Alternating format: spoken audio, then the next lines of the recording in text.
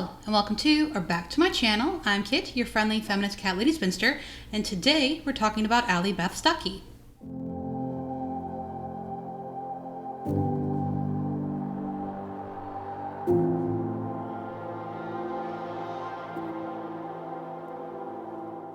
Before we get into the video, just some quick housekeeping. I have timestamps in the description box below if you'd like to get right into it. If you like this video, please like and leave a comment. If you dislike this video, please dislike and leave a comment. Any engagement is good engagement to the algorithm. If you enjoy my channel, please subscribe. And if you're already subscribed, I'm so glad you're here. My social media is linked below. I'm Candidly Kit on Twitter and Instagram. I also have a Patreon now. If you really like my content, please think about becoming a patron. I would greatly appreciate it. And if you want to do none of the above, that's totally fine. And now, let's get back to the video.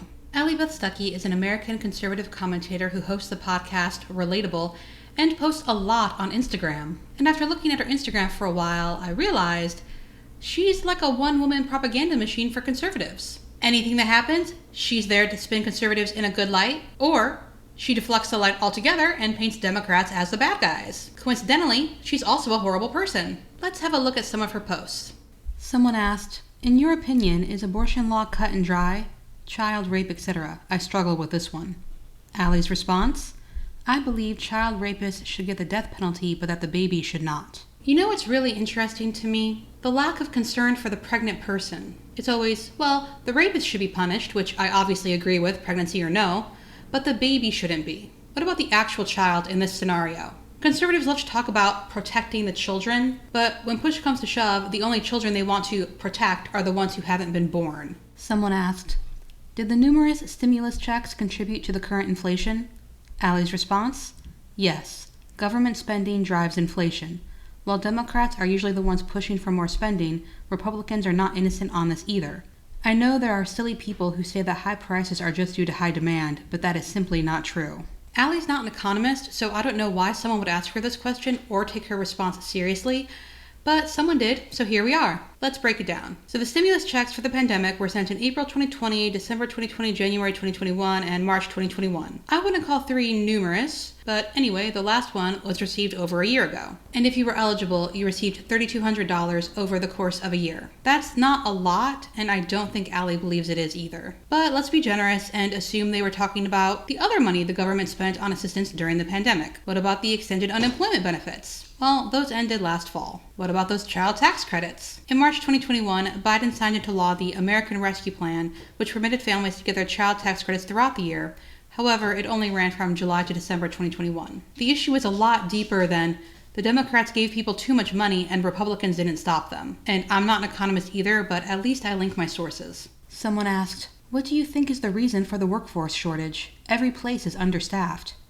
Allie's response, "A bunch of baby boomers retired early in 2020 and 2021. Lots of moms left the workforce to homeschool/be with their kids and didn't return. Others have realized they can make more money through unemployment benefits than from a job, which has been true for a long time, to our nation's shame. But some of it is a mystery. We have so many places hiring and so many people in the country. There is a strange disconnect." So, per Allie, baby boomers retiring, mothers unable to find childcare or deciding to stay home, and people realizing they can make more off unemployment are part of the reasons for the labor shortage. The rest is just a mystery. I'm glad she admits that it's shameful unemployment can pay more than employment, but those expanded benefits expired nearly a year ago. Let's have a look at what Market Realist says. They do note that a lack of childcare can pull people out of the workforce and that baby boomers have been retiring, but Allie missed a few things. Immigration has also fallen, further pressuring the strained U.S. labor market. Conservatives like to pretend that immigrants are a strain rather than a gain, so it's not really a surprise she wouldn't mention this. Over 1 million deaths were reported in the country due to COVID-19, and many of these were working-age adults. There are also several suffering the effects of long COVID. How on earth did Allie neglect to mention this? There is a strange disconnect? You mean like the millions affected by COVID? Yeah, real strange. Such a mystery. Here's the story we talked about today. A private Christian school minding their business, teaching students how to defend the view of sex and marriage Christians have held for thousands of years. This dude right here trying to expose it is not a parent of a student there. He is just angry because he is gay and this offends him. So this is about the Christian school that was having their students write letters to their gay friends. And no, they were not minding their own business. They're actively teaching their students that being gay is wrong and trying to give them the tools to convince other people not to be gay, which is actually not how that works. It's harmful on all levels. Can you imagine being a gay kid having to write one of those letters, let alone receiving one from someone that you thought was your friend? Also, he is not a parent of a student there. So, those kids will grow up and affect the world we all have to live in. Also, just to be clear, it's okay for kids to be taught that being gay is wrong, but it's not okay for kids to be taught that being gay is normal? Explain yourself. Someone asked, "What do you say to someone who says both political parties are equally bad?" Allie's response, "They are not equally bad.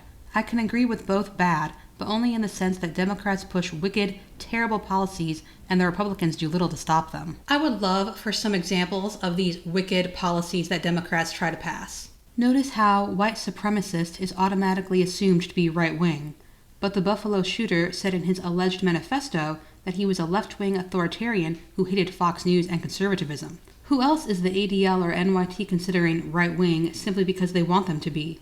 ADL's website does not tell us their reasoning. Did Allie actually read the manifesto? Are you right-wing? Depending on the definition, sure. Are you left-wing? Depending on the definition, sure. You can hate Fox News and be right-wing. You can also be right-wing and think conservatism is corporatism. We also know from their website that the ADL did not consider the Waukesha terrorist attack committed by a black nationalist in November 2021 extremist violence, or the attack on the Capitol in April 2021 by a black nationalist, or the mass shooting in Boulder, Colorado in March 2021 committed by a Muslim man. How many other attacks do they conveniently refuse to call extremism? I want to be 100% clear in this. Murder is never okay. However, there is a difference between extremist violence and violence. And I think Allie knows this, she's just pandering to her audience. The Buffalo shooter purposely went to a place where he knew a lot of black people would be, and purposely tried to murder as many black people as he could. That is extremist violence. An absolutely awful tragedy that should, but won't, be charged as a hate crime. Instead, there will be no coverage. Until we see things as they are. Until we take a hard look at the numbers surrounding crime rather than following media-driven narratives. Until we learn to care about all forms of prejudice and hate and not just the kind with a white perpetrator. We will never have peace, unity, or justice. Again, I want to be 100% clear that murder is never okay. But Allie is trying to spin these stories as, you see, black people are racist against white people and the media is trying to cover it up. And that's just disgusting. I'm sorry having to acknowledge that we have a problem with racism in the US makes you uncomfortable, but ignoring it and trying to spin it isn't going to make it better. Someone asked, how to approach a friend who's now a they after many years? Allie's response, I love you, I want to continue being your friend, and I want to understand what you're going through better.